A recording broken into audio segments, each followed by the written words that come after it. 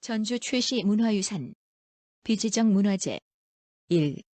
그림 완해군 최선화의 초상화. 반갑습니다. 여수입니다. 오늘은 그 그림으로서 두 번째로 그 알염사 공파 해평종의 12세 그 완해군 최선휘의 초상화를 가지고 말씀을 드리도록 하겠습니다. 원래 이 동양 예절에서는 그 아버지라든지 나보다 나이가 많은 어른이라든지 스승이라든지 뭐 존경하는 사람이라든지 이런 사람은 이름을 함부로 부르면 안 돼요.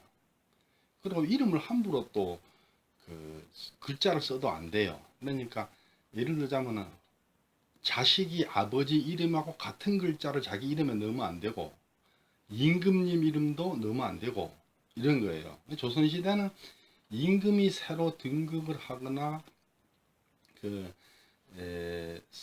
이름을 바꾸면은 그 임금 이름에 들어가는 글자를 쓰는 이름을 쓰는 사람은 다 바꿔야 돼. 그거를.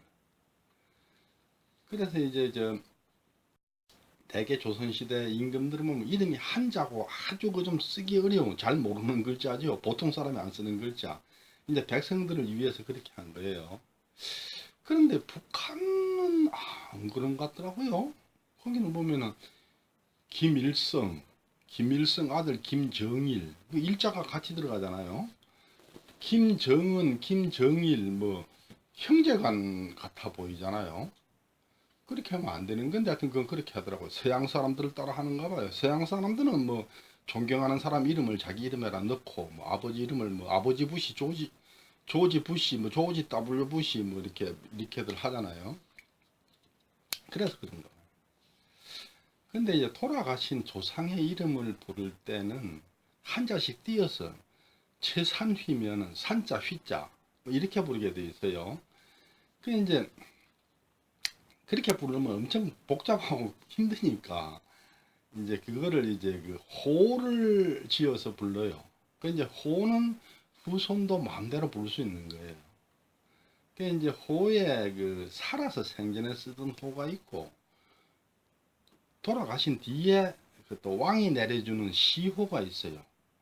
이 시호는 임금이 주는 거예요.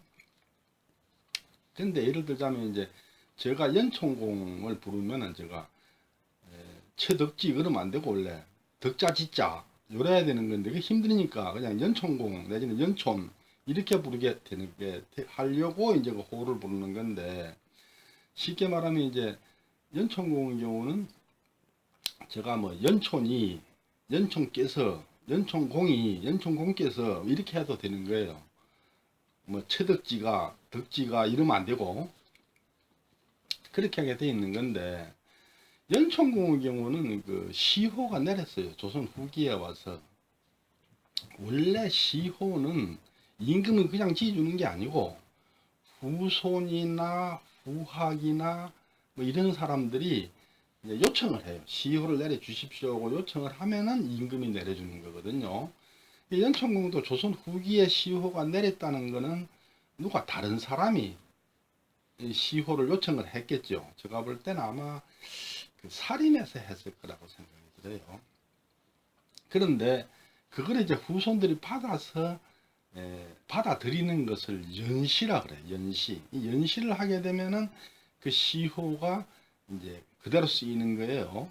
근데 연천공의 경우는 연시를 안 했어요. 연시를 안 하니까 조선시대까지는 계속해서 연천공 내지는 존양당공 이렇게 불렀어요. 시호가 문숙으로 내려졌는데도 그래서 시호 문숙으로 안 쓰는 걸 그걸 연시를 안 한다 그래요. 연시를 안 하는 이유는 시호가 마음에 안 들거나 아니면 그 시호를 받는 게 외람되다고 생각하거나 그런 경우는 거부할 수 있는 거죠. 완해군 최산이 이분은 이제 휘가 산휘고 호가 낭남이고 시호가 효헌이에요. 그러면 이제 연시를 하면은 효헌공으로 불러야 되고 연시를 안 하면 되게 낭남공으로 불러야 되는데 지금 그 해평종에서 보면 대체로 낭남공 이렇게 부르더라고요. 효헌공 안 그러고. 그런데 그 문집 낭남집을 보면은 남병철이 지은 시장이 수록돼 있어요. 그 다음에 이휘재가 지은 그 연시 고유문, 연시를 할 때 이제 이렇게 앞으로는 부르겠습니다 하고 이제 고유문을 써서 제사를 모시는데, 그 연시 고유문이 수록돼 있는 걸 봐서는 연시를 한 게 확실해요. 그러면 효헌공으로 불러야 된다고 생각할 수 있는데, 낭랑공이라 불러 제가 전화로 물어봤어요. 종방씨, 최종방씨한테 제가 물어봤어요.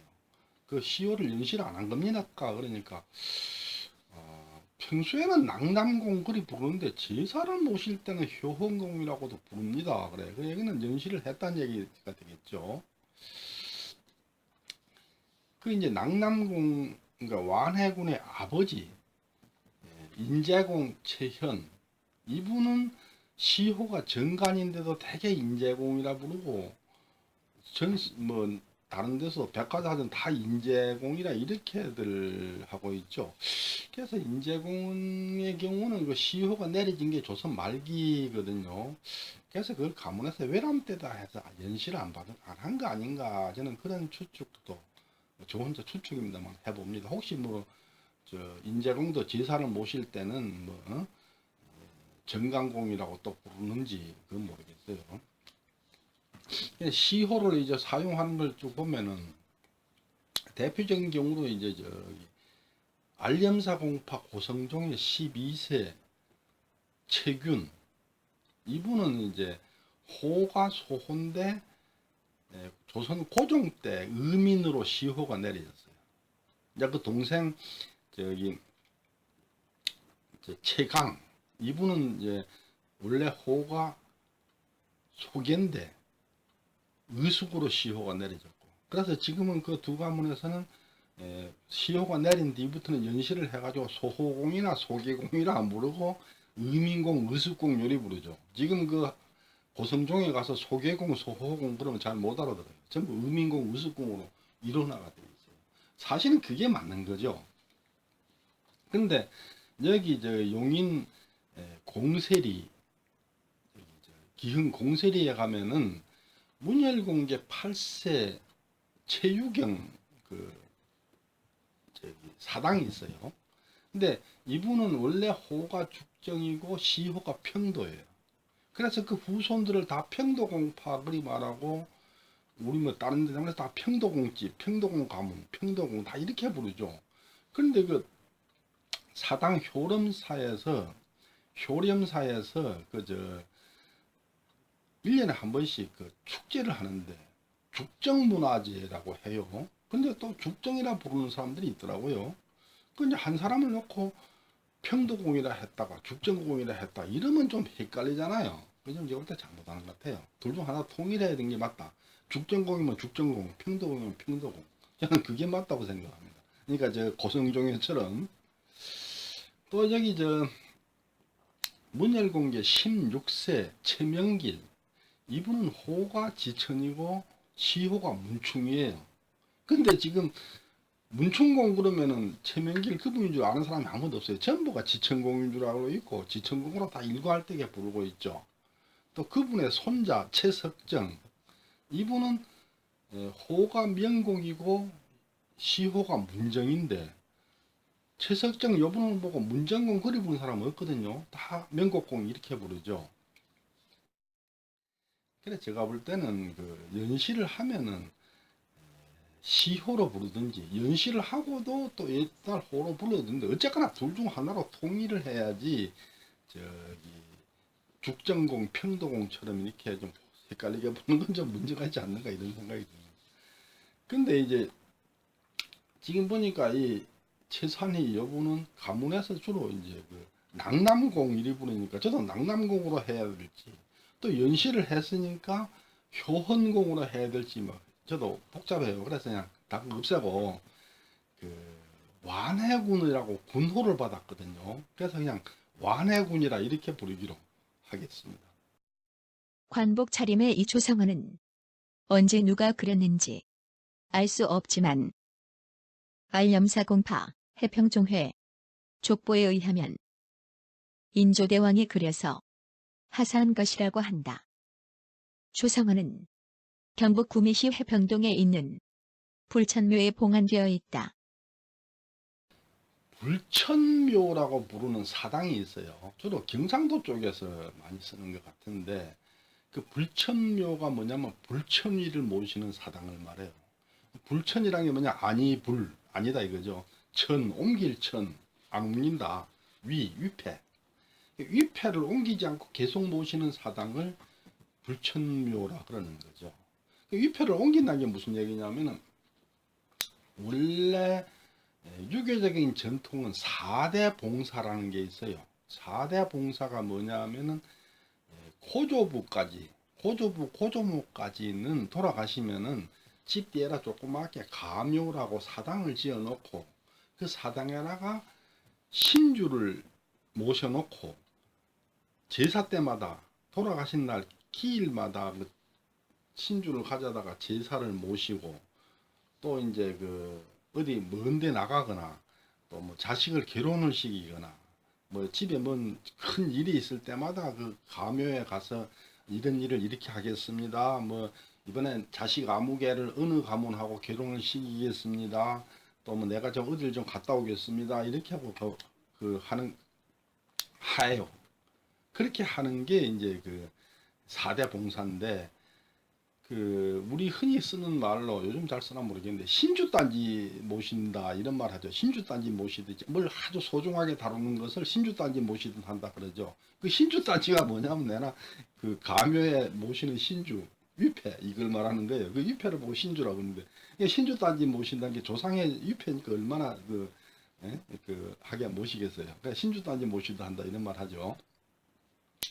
그러니까 이제 4대까지는 그러니까 가묘에다가 위패를 모셔놓고 이제 그 돌아가신 날 새벽에 제사를 모시죠. 그러다가 이제 4대가 넘으면은 그 신주를 땅에다 묻고 이제 그때부터는 시향을 모셔요. 산에 묘소에 가서 시향은 돌아가신 날 모시는 게 아니고 그 모시는 사람 편할 때, 쉽게 말해서 모시는 사람, 요즘 같으면 아마 토요일, 일요일이 맞는 얘기일 거예요. 옛날 그 농경 시대는 농사 짓는 일이 없는 농한기, 그러니까 음력으로 10월, 3월 이렇게 농한기에 이제 모시는 거예요. 내 편할 대로 하는 거니까.